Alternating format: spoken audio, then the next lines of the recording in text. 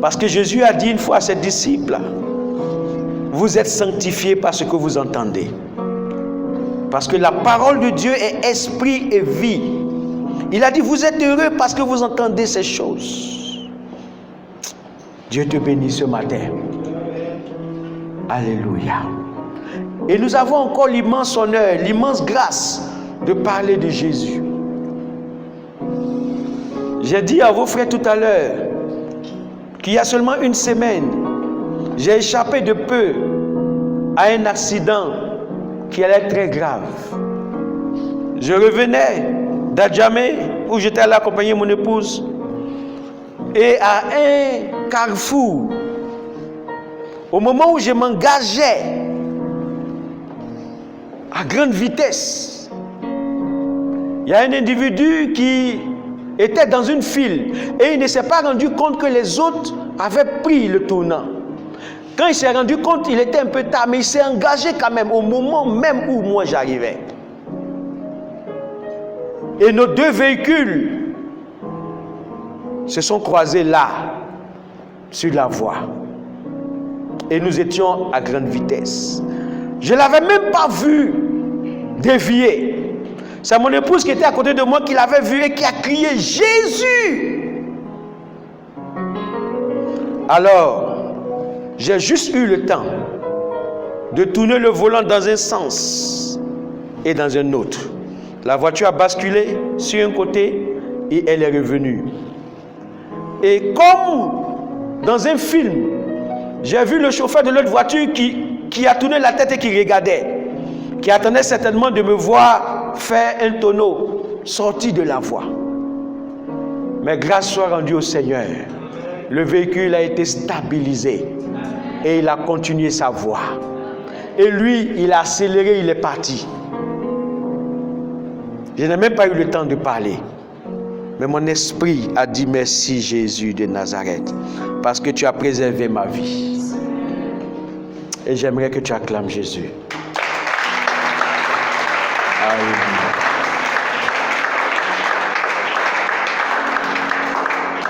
Tu aurais pu apprendre une mauvaise nouvelle, mais tu as appris une bonne nouvelle. Le Seigneur m'a secouru. Et c'est ainsi qu'il va te secourir quand tu auras besoin de lui. La Bible dit qu'il est un Dieu, un secours qui ne manque pas dans la détresse. Là où nous avons le plus besoin de lui, il est présent.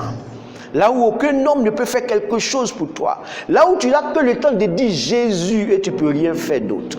Il intervient et il te délivre. Quel Dieu merveilleux nous avons. Quel sauveur merveilleux je possède. Il s'est sacrifié pour moi. Et sa vie innocente il a donnée. Il est mort sur la croix. Non seulement cela, chaque jour, il me protège. Il veille sur ma vie. S'il a fait cela pour toi aussi, acclame-le encore. Alléluia. Ce matin encore, nous allons entendre parler de Jésus, de ce qu'il dit et de ce qu'il fait dans sa parole. Nous avons commencé la dernière fois à voir un peu que ceux qui font des exploits, c'est ceux qui voient ce que les autres ne voient pas. Alléluia. Et ce matin, j'aimerais avancer un peu avec vous, répondre à cette question. Comment est-ce que tu vois? Parce que voir, c'est une chose. Mais il faut être sûr que tu vois bien. Ça, c'est une autre chose. Alléluia. Et j'ai lu dans la Bible l'histoire d'un aveugle qui avait été guéri par Jésus. On trouve son histoire dans Jean le chapitre 9, le verset 25 jusqu'au verset 35. Et la Bible nous en parle. Et cet homme-là, il a fait une déclaration merveilleuse au verset 25. Parce que les gens lui demandaient pourquoi est-ce que c'est la même personne qu'on connaissait qui ne voyait pas. On lui posait beaucoup de questions. Et il a dit une phrase extraordinaire que le frère va nous lire. Il répondit, s'il est un pécheur, si cet homme est un pécheur, je ne sais pas. Je sais une chose. Je sais seulement une chose. C'est que j'étais aveugle. C'est que moi, j'étais aveugle. Et que maintenant je vois. Et que maintenant, je vois. Est-ce que tu peux acclamer le Seigneur pour cette parole? Alléluia. Il dit, moi je ne sais pas tout ce que vous racontez là. Je ne fais pas la théologie, je ne fais pas des discours. Je sais seulement une chose. C'est que moi que vous voyez là, et que vous connaissez là, je ne voyais pas, j'étais aveugle. Mais maintenant, je vois. Et ce pourquoi je vois, c'est que cet homme-là m'a touché. Alléluia. Et quand j'ai lu ça, j'étais vraiment touché par ce témoignage. Mais le Seigneur m'a dit, va lire encore davantage pour comprendre quelque chose de plus. Et en allant dans Marc le chapitre 8, toujours sur cette même histoire, à partir du verset 22, je me suis rendu compte de quelque chose que le frère va nous lire. Il s'est passé quelque chose. Alléluia. Il se rendit à Bethsaïda et on amena vers Jésus un aveugle. C'était le même aveugle là. Qu'on le pria de toucher. Qu'on le pria de toucher. Il prit l'aveugle par la main. Il prit l'aveugle par la main. Et le conduisit hors du village. Et le conduisit hors du village. Puis il lui mit de la salive sur les yeux. Lui imposa les mains et lui demanda s'il voyait quelque chose. Et lui demanda s'il voyait quelque chose. Il regarda. Il regarda. Et dit. J'aperçois les hommes. J'aperçois les hommes. Mais j'en vois comme des arbres. Mais j'en vois comme des arbres.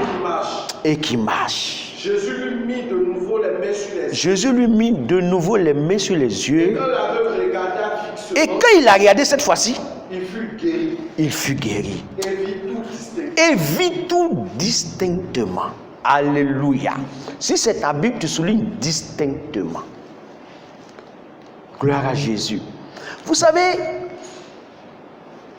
la Bible nous montre que cette guérison-là, elle a été progressive. Alléluia. Ce n'a pas été une guérison qui s'est déroulée au premier toucher.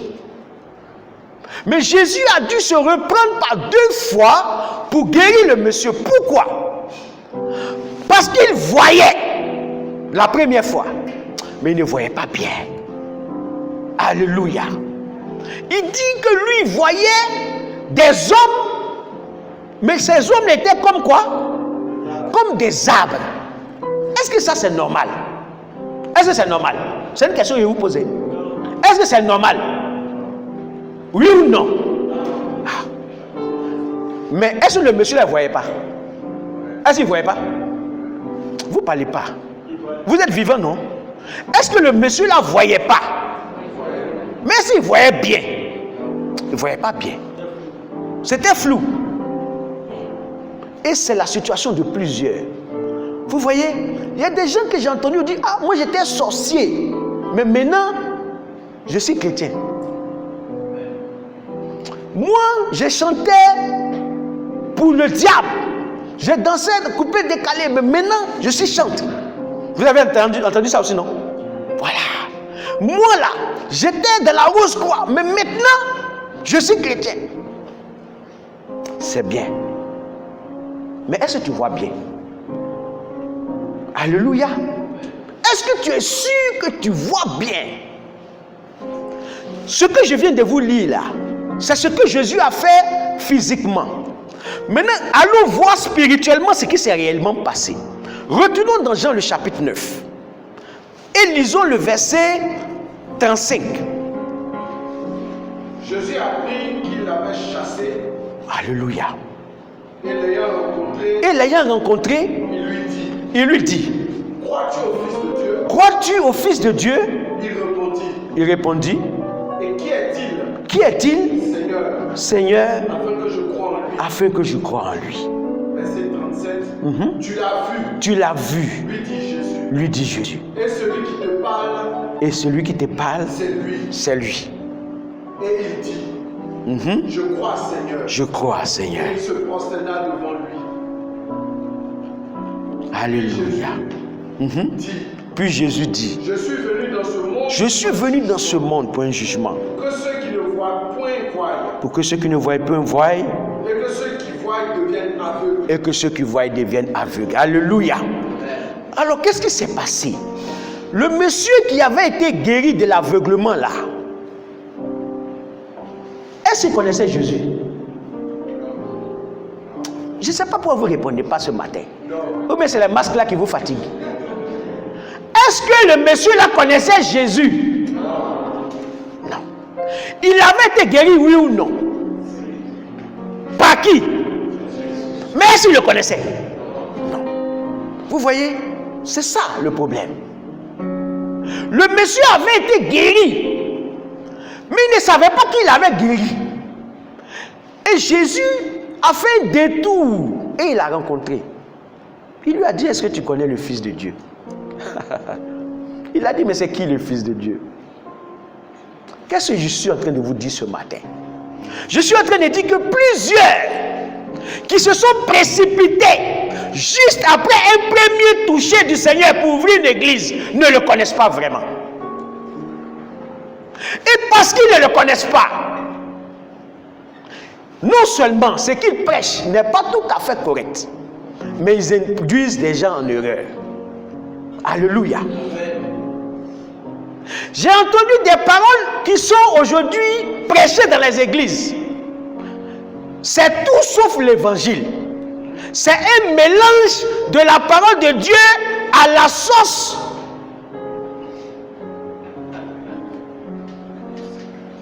À quelle sauce? À la sauce païenne. Les gens sont revenus aujourd'hui aux éléments naturels, aux éléments de base. On est revenu aujourd'hui, il faut prendre le sable pour prier. Il faut mettre du sel dans ta maison. Il faut mettre de l'huile sur toi. Il faut boire de l'eau. Vous savez pourquoi? Le monsieur est sorti de la sorcellerie il n'y a pas longtemps. Il n'a pas entendu l'évangile. Et puis il a fait église. Mais il va vous dire quoi? Sinon, c'est qu'il sait. Alléluia. Sinon, c'est qu'il sait. Oh, il ne sait pas grand-chose. Voilà comment demain, il va trancher ta tête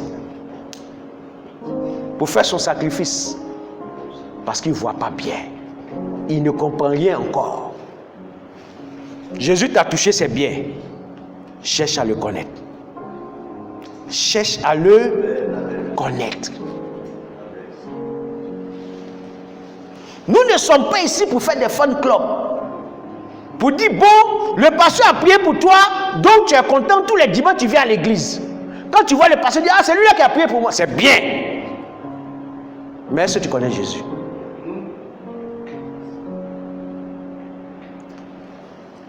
Alléluia. Dans l'Apocalypse chapitre 3, la Bible dit, et par la bouche de l'Esprit de Dieu, qu'il y a des gens qui croient qu'ils sont arrivés. Parce qu'ils ont vu un peu seulement là.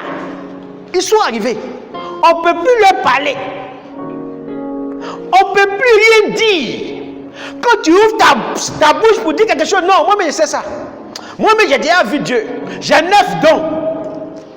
Moi-même quand j'ai pris, les gens sont guéris.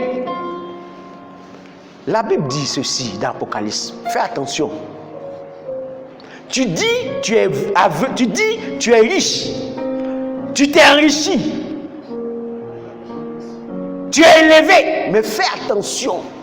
Parce qu'en réalité, tu es misérable, pauvre, aveugle et nu. Voilà ce que la Bible dit dans Apocalypse chapitre 3, le verset 19. Et Dieu continue pour dire, il est bon pour toi d'acheter du colis pour que tu voies clair. Et j'ai dit le matin aux gens, est-ce que quelqu'un qui est aveugle, la colis peut le guérir? Colis, ça peut? Ça peut? Non.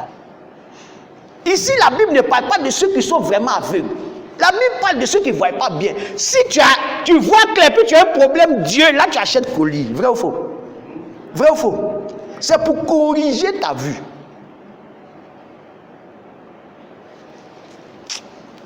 Que Dieu te fasse voir clair, distinctement. Parce qu'il y a beaucoup de faux dans les rues et qui enseignent beaucoup de choses. Mais ce n'est pas leur faute, ils ne voient pas bien. Mais toi aussi, en les suivant, tu ne verras pas bien. Et tu mettras ta vie en danger. Que Dieu te préserve de l'erreur au nom de Jésus. Deuxième chose que je veux te dire ce matin. Souvent, quand j'ai lu la Bible, j'ai vu que Dieu a posé une question à ses serviteurs. Il a posé la même question à Jérémie. Il a posé la même question à Daniel. Même à Paul, à Ézéchiel. Il lui a demandé, que vois-tu? Qu'est-ce que tu vois? Et je te demande ce matin, qu'est-ce que tu vois? Pourquoi? Parce que, écoutez, voir là, c'est une bonne chose, hein, vrai ou faux? Quand tu vois, c'est bon ou c'est pas bon? C'est une chose merveilleuse, c'est une des grâces que Dieu a faites. Mais comme les gens disent là, il y a la mort aussi dedans. Tu le sais? Tu le sais? Voilà, c'est bon. Ça peut t'emmener à l'exploit, mais ça peut te mener aussi à la mort. Ça dépend de ce que tu vois.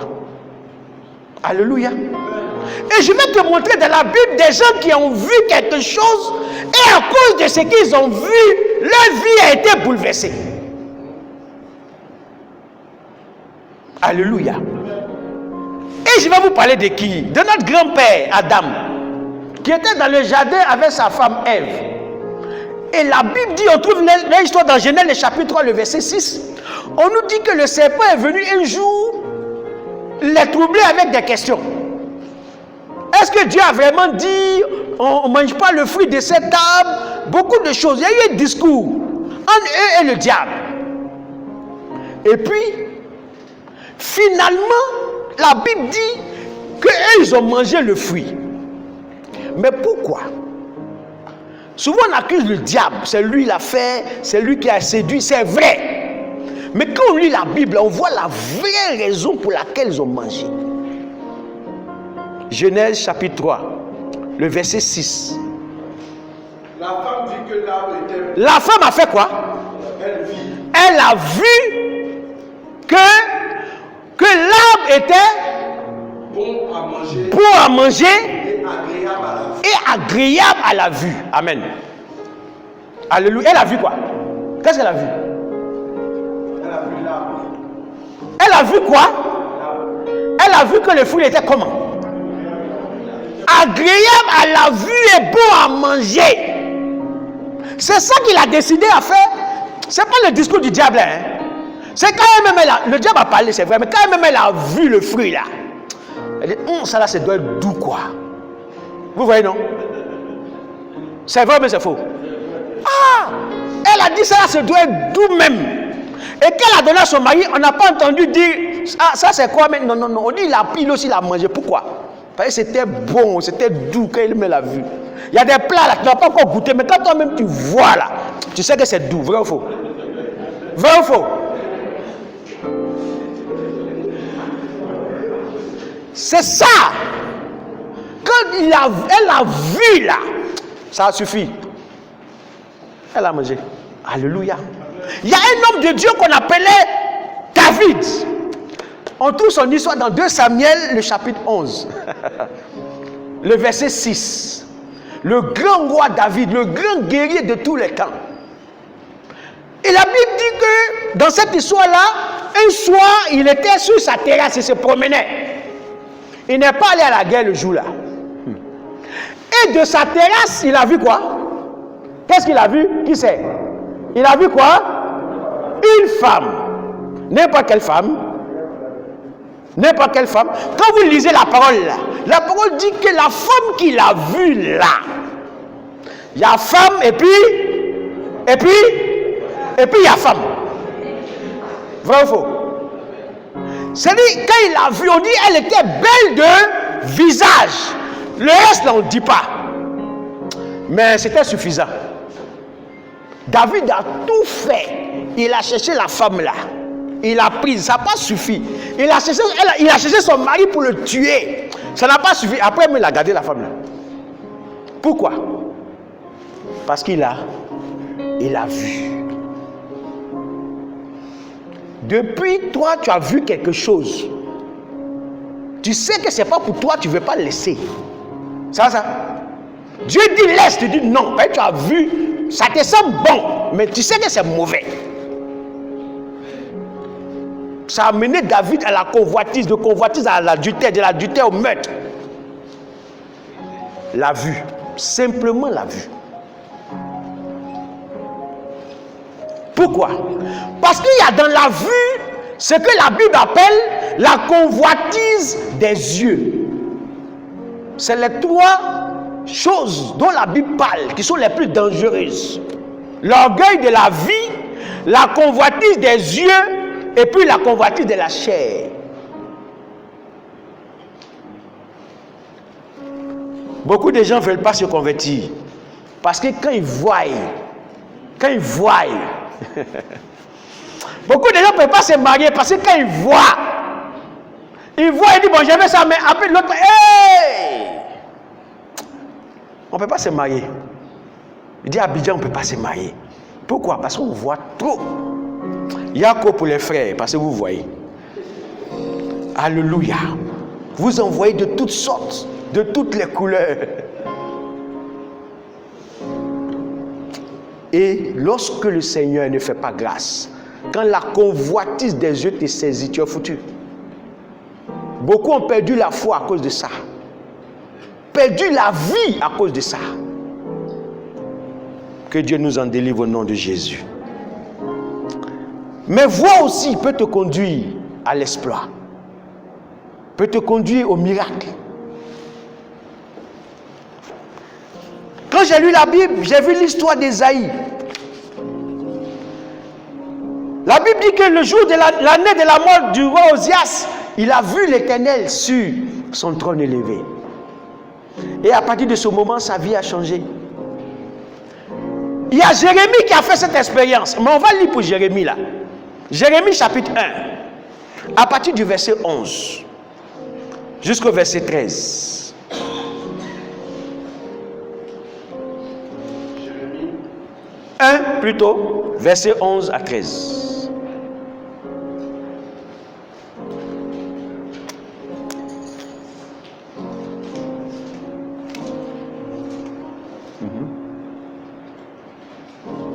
Alléluia. La parole de l'Éternel me fut adressée. En ces mots. Que vois-tu? Que vois-tu? Jérémie. Jérémie. Je répondis. Je vois une branche d'amandier. Je vois une branche d'amandier. Et l'Éternel me dit. L'Éternel me dit. Tu as bien vu. Tu as bien vu. Car je veille sur ma parole pour l'exécuter. Car je veille sur ma parole pour l'accomplir. Alléluia. Verset 18. Verset 18. Voici. Je t'établis en ce jour sur tout le pays comme une ville forte. Comme une ville forte. Une colonne de fer. Comme une colonne de fer. Et un mur d'airain. Comme un mur d'airain. Comme contre les rois de Juda. Contre les rois de Juda. Contre ses chefs. Contre ses chefs. Contre ses sacrificateurs. Contre ses sacrificateurs. Verset 13. Verset 13. Oui. Verset 13. La parole de l'Éternel me fut adressée une seconde fois. En ces mots. Que vois-tu? Que vois-tu? Je répondis. Je vois une chaudière brûlante du côté du septentrion. Et l'Éternel me dit, c'est du septentrion que la calamité se répandra sur tous les habitants. Alléluia. Car voici, je vais appeler tous les peuples des royaumes du septentrion, dit l'Éternel. Amen. Amen. Alors, qu'est-ce que je veux vous dire? L'Éternel a demandé d'abord à Jérémie, que vois-tu? C'est après que Jérémie ait dit ce qu'il a vu. Et que l'Éternel s'est rendu compte que le type là voyait bien. Il dit, tu as bien vu. À partir de ce moment, on peut t'établir comme prophète. Alléluia. Est-ce que vous comprenez ce que j'ai dit? J'ai dit qu'il y a longtemps que Dieu veut te positionner, mais tu ne vois pas bien. Quand tu dors, et puis Dieu te montre les choses, tu te réveilles le matin, tu as oublié. Vrai ou faux? Tu as oublié, non? Oui, là, vous ne parlez pas. Hein? Tu as oublié, tu oublies oui ou non? Moi-même, j'ai vu les choses, mais j'ai oublié. Hein? Pourquoi? Parce que toi, le sommeil, là, tu préfères ça à ce que Dieu te montre. Beaucoup de choses sont arrivés dans ta maison parce que tu ne vois pas bien ce que Dieu te montre. Oh, Dieu me dit, il t'a déjà montré ça, mais tu ne fais pas attention. Mais comment il peut t'établir si tu ne vois pas bien? Si tu ne vois pas bien ce qu'il t'annonce, ce qu'il te montre. Parce que si tu vois bien, tu vas arrêter ces choses au nom de Jésus. Avant de t'établir, Dieu veut voir si toi, tu vois bien. Si tu as un intérêt pour ce qu'il te montre, et si ta vision est claire, si ta compréhension est nette, alors seulement, il pourra t'établir. Maintenant, lisons quelque chose d'extraordinaire qui est arrivé du temps du prophète Élisée. Et on trouve cette histoire dans 2 Rois, le chapitre 2. Du verset 9 au verset 11. Qu'est-ce qui s'est passé? Vas-y, frère. Verset 9, verset 11. 2 Rois, chapitre 2. 9 à 11. 2, 9 à 11. Je prends soin de lire la parole de Dieu parce qu'il nous faut lire la parole de Dieu. Lorsqu'ils eurent passé, alléluia. Élie dit à Élisée, Élie dit à Élisée, demande ce que tu veux que je fasse. Demande ce que tu veux que je fasse pour toi. Avant que je sois enlevé d'avec. Avant que je sois enlevé. Élisée répondit. Élisée répondit. Qu'il y ait sur moi. Qu'il y ait sur moi. Je te prie. Je te prie. Une double portion de ton esprit. La double portion de ton esprit. Élie dit. Élie dit. Tu demandes une chose difficile. Ce que tu demandes est difficile. Mais si tu me vois pendant que je serai enlevé. Si tu me vois. Toi, cela t'arrivera. Sinon, cela n'arrivera pas. Amen. Amen. Alléluia. Qu'est-ce qui s'est passé? Élie plutôt devait être enlevé. Et avant de partir, il a dit à son serviteur, demande-moi ce que tu veux et tu vas l'obtenir.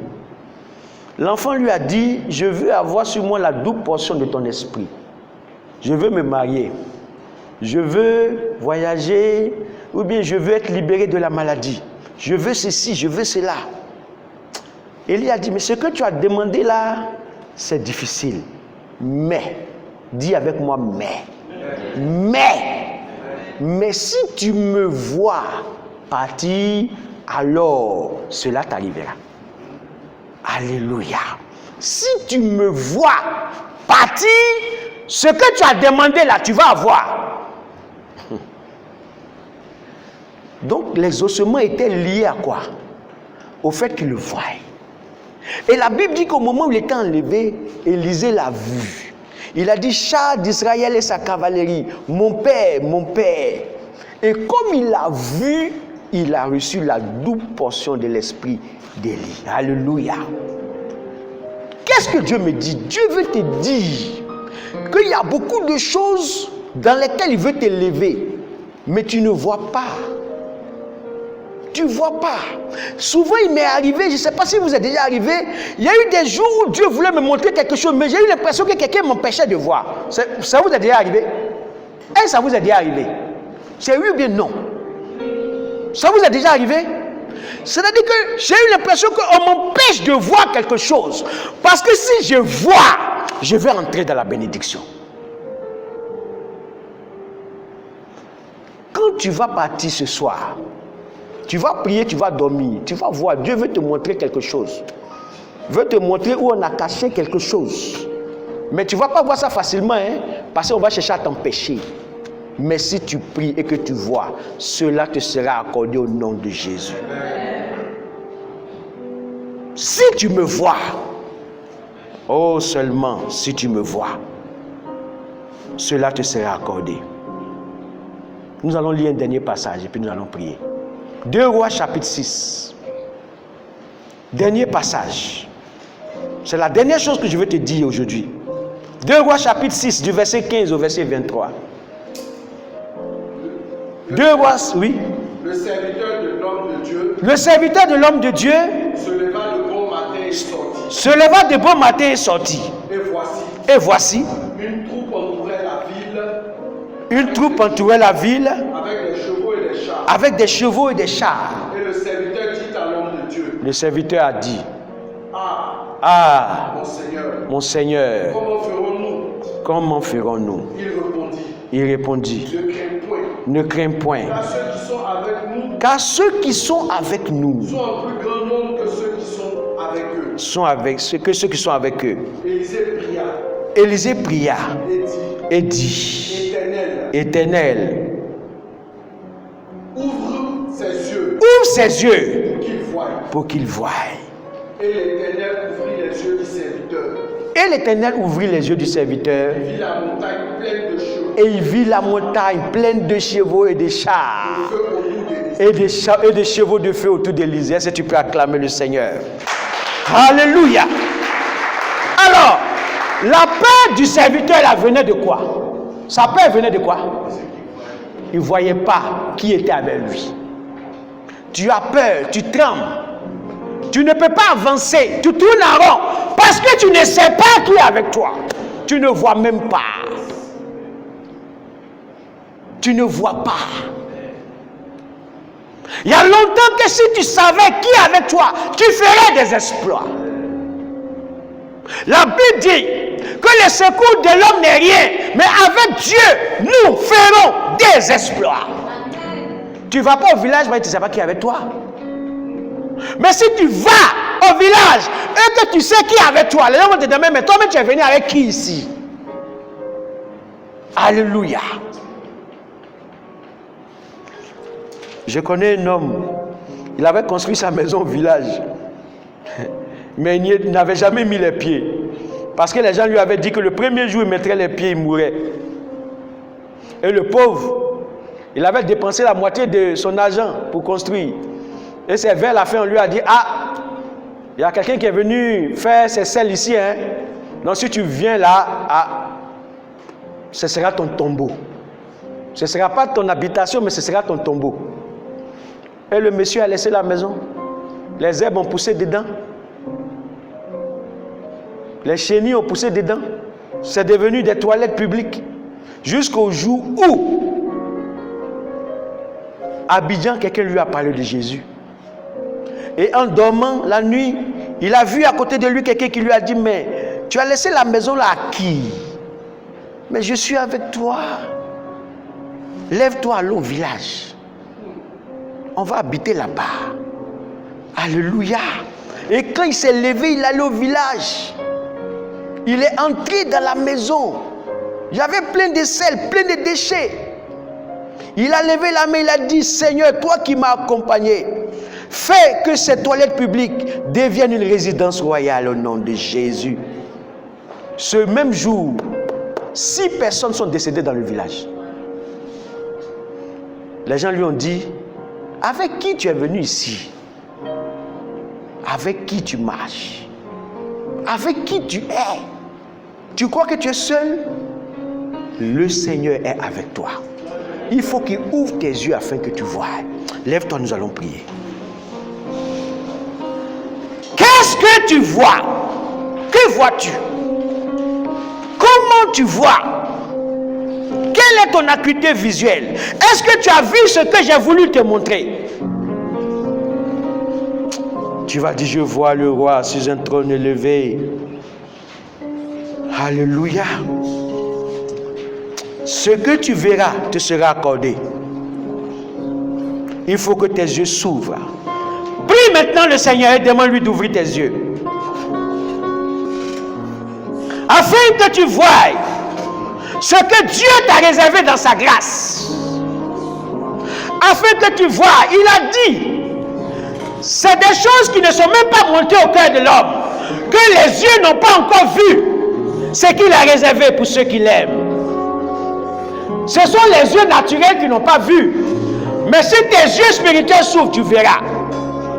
Tu verras ce que Jésus t'a réservé comme gloire, comme promesse pour ta vie.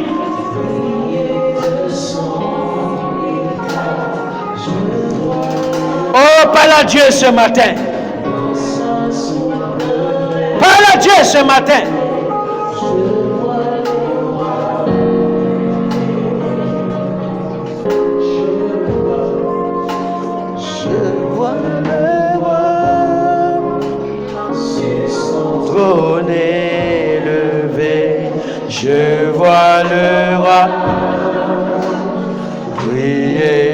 son éclat, je vois le roi dans sa souveraineté,